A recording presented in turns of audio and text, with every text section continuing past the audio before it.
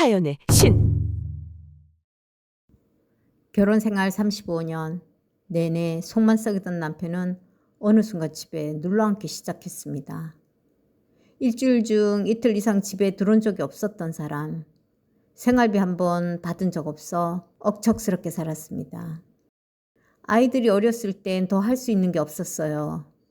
집 앞 시장에서 간단하게 만든 음식들을 반찬이라고 돗자리에 놓고 팔았습니다. 하루하루 벌어 먹고 사는데 급급했던 그때 넉넉지는 않았지만 우리 큰아들, 작은 딸, 배 곪지 않는 것만으로도 큰 기쁨이었습니다. 하지만 남편은 제 나이 50 중반이 넘어서야 슬그머니 집으로 돌아오더군요. 평생 집구석이라고는 들어와 봐야 큰 소리나 떵떵 치고 밥 먹은 후에는 누워 자다가 다음날 사라지는 그런 사람이었습니다. 그런 남편이 집으로 돌아온 데는 다 이유가 있었습니다. 암에 걸렸는데 치료할 돈도 간병해 줄 만한 사람도 없다는 게 그 이유였지요. 제 인생을 돌이켜 생각해 보면 그런 남편 치료해 주고 싶지도 않았습니다. 꼬박꼬박 내던 보험도 아이들에게 패끼칠까 싶어 들어두었는데 한푼이 아쉬울 때 꾸역꾸역 일해서 들어놓길 잘했더군요. 저에게 부탁하지 않았다면 갓 사회생활 시작한 저희 애들 등골 빼먹었을 인간이니까요. 하지만 간병까지 해주고 싶지는 않았습니다. 있는 돈 탈탈 털어서 차린 반찬가게. 제 손맛 좋다고 찾아와 주시는 분들 돌려보낼 수는 없었고요.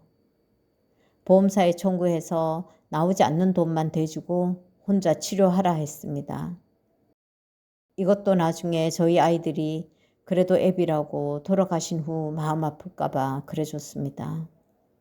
그러나 남편은 채 1년도 버티지 못한 채 치료를 받다 가버렸죠.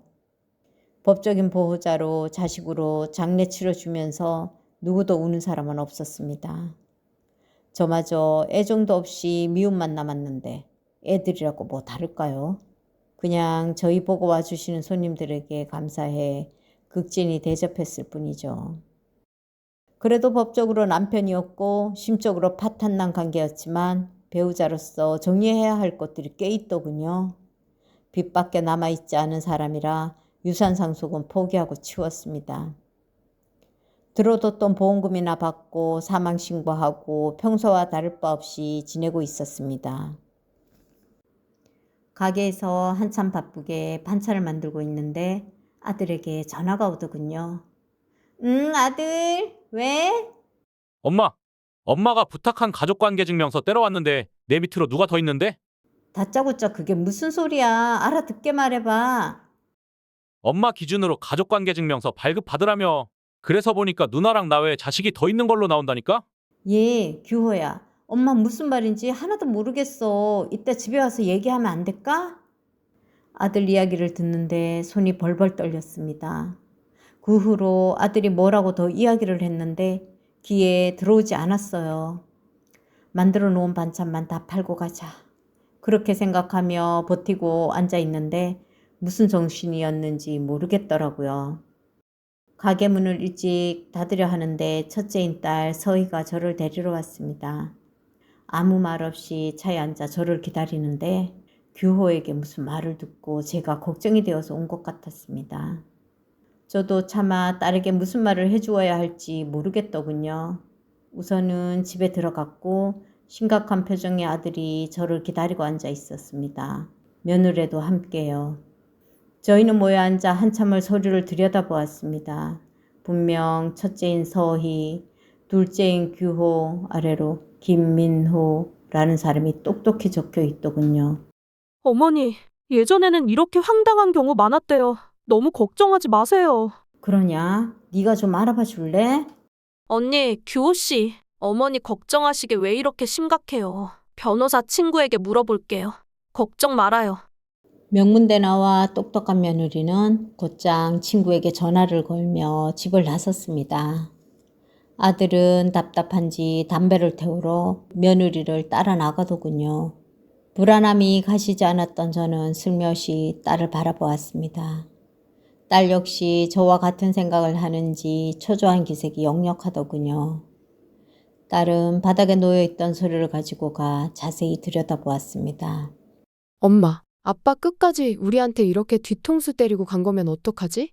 그런 소리 하지도 마. 있다 해도 설마 네 밑으로 넣었으려고? 나도 좀 알아볼게. 진짜면 보통 일 아닌 거야. 저는 뜬 눈으로 밤을 새웠습니다. 오만 가지 생각이 다 들 수밖에 없었어요. 이 양반이 진짜 그런 앞뒤 없는 행동을 저지르고 갔나? 나에게 책임 물을 일이 생기면 그때는 어쩌지? 심경이 복잡했습니다. 그러고 며칠이 지나지 않아 누군가가 저희 집 문을 두드렸습니다. 발로 차고 제 이름을 쩌렁쩌렁 부르고 처음 듣는 목소리였는데 누군지 감도 오지 않아 딸과 함께 벌벌 떨고만 있었어요.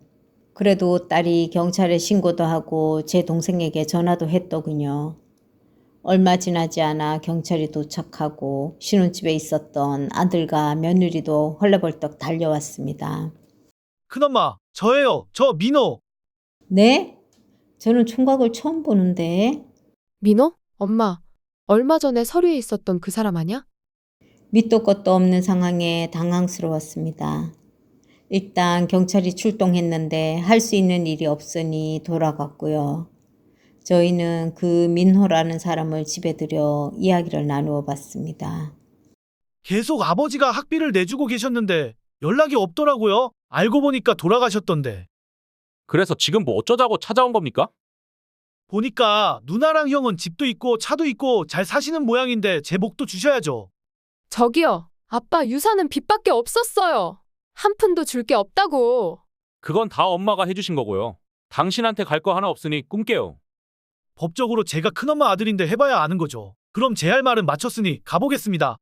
당당하게 저희 집 문을 열고 나가는데 저희 딸과 아들, 며느리 앞에서 고개를 들 수가 없더군요. 진작에 이혼을 했어야 하는데 그래도 애들 결혼할 때 애비 없는 자식이라 손가락질 당할까봐 참았건만 끝까지 이런 꼴이라니 후회가 이루 말할 수 없었습니다. 저희 딸, 아들도 충격이 큰 듯했어요. 설마 하고 다들 의심은 하고 있었는데 그게 사실이라니.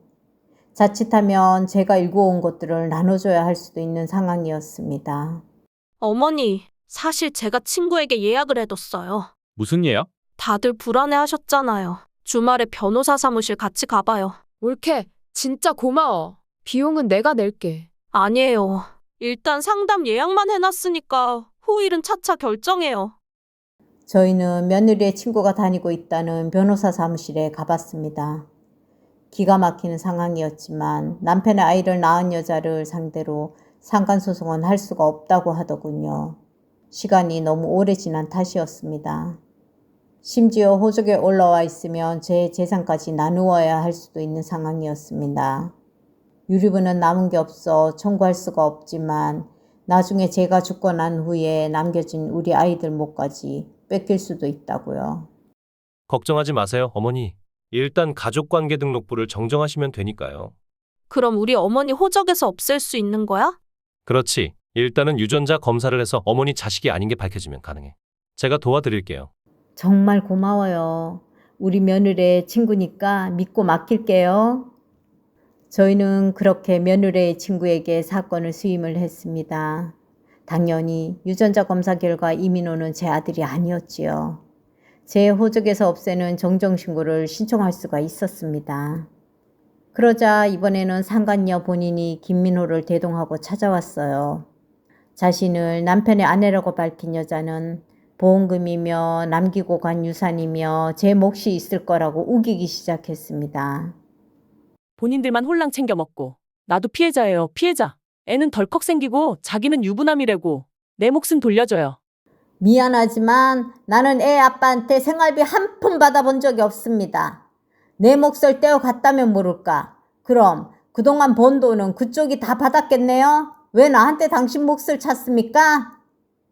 보험금이며 뭐며 그거 가족들이 다 나눠 갖는 거잖아요. 그리고 이 집에 차에 내 남편 몫도 있지. 아니요, 아주머니. 이건 저희 어머니가 평생 일해서 일군 것들이에요. 당신 남편이라는 사람 몫은 빚밖에 없던데 확인 못 하셨나 봐요. 하, 참, 내가 우리 아들이랑 소송할 거예요. 한 푼도 쓰지 말고 잘 둬요. 상간녀와 그 아들은 아무것도 모르는 듯 했습니다. 호족에도 몰래 올려두었으니 재산 문제는 아무런 방해도 받지 않을 거라고 생각했나 보죠. 실제로 그 두 사람은 저희에게 소송을 걸어왔습니다. 제 아들은 아니지만 남편의 아들인 것은 맞지 않냐며 유류분 반환 청구 소송을 한 거였어요. 두 사람은 법원에서도 부끄러운 줄 모르고 바락바락 소리를 지르며 저희에게 모욕을 주었습니다. 저도 아버지의 자식이고 한평생 숨어 살았는데 제 몫은 주셔야 하는 거 아닙니까? 유전자 검사도 다 해서 제출했거든요. 당연하죠. 단 아버님의 재산이 있을 때 말이에요. 박경희 씨는 본인 소유의 재산이 많던데 남편과 공동으로 이룩한 것 아닙니까? 박경희 씨 재산은 혼자 스스로 일군 것입니다. 남편이라는 분은 집에도 잘 들어오지 않으셨고 생활비 한 푼 주지 않으셨죠. 심지어 몰래 출생 신고를 하고 등록해둬서 저희 피고를 30년 이상 기만해 왔습니다. 이에 원고 측에게 피고의 재산을 나누어 줄 합당한 이유가 존재하지 않습니다. 법정에서 판사의 판결을 듣는데 눈물이 나더군요. 그동안 기구하다 생각해온 제 인생. 거의 마지막 즈음에 이미 떠나고 없는 남편이 친 사고까지 수습을 해야 하다니. 그 과정에서 제 아이들이 상처를 받게 된 것을 다시 한번 확인하니 마음이 찢어지는 듯 했습니다. 그 후에도 상간녀와 그 아들은 걸핏하면 저희 집 가게로 찾아왔습니다. 판결은 그렇게 났지만 도의라는 게 있지 않아요? 당신 남편 때문에 망친 내 인생, 우리 아들 인생. 당신이 보상해. 안 그럼 동네에 싹 다 소문내버릴 테니까. 안 그래도 경찰 불러서 소문날 거예요. 이번에 고소하면 합의도 없습니다. 그동안 폐악질한 거 증거도 있어요. 실형 살게 되실 수도 있다니까 변호사 잘 구해보세요. 그동안 저를 끈질기게 괴롭혀온 상간녀, 그녀를 대상으로 저는 다시 한번 소송을 하고 있습니다. 변호사 말로는 아마 수위가 높아 정말 실형을 살게 될 거라고 하네요. 상간녀 소송은 오랜 시간이 걸려 못하게 되었지만 저도 이런 복수쯤은 해야 속이 시원할 것 같습니다. 이제는 떠난 남편의 그늘에서 벗어나 자유롭게 제 삶을 누려보려 합니다. 중매의 신. 50대 이상 이혼, 사별, 미혼, 외로운 중년분들의 이성 친구나 재혼 상대를 찾아드립니다. 유튜브 검색창에 중매의 신을 검색하세요. 문의 및 안내 010-2766-7949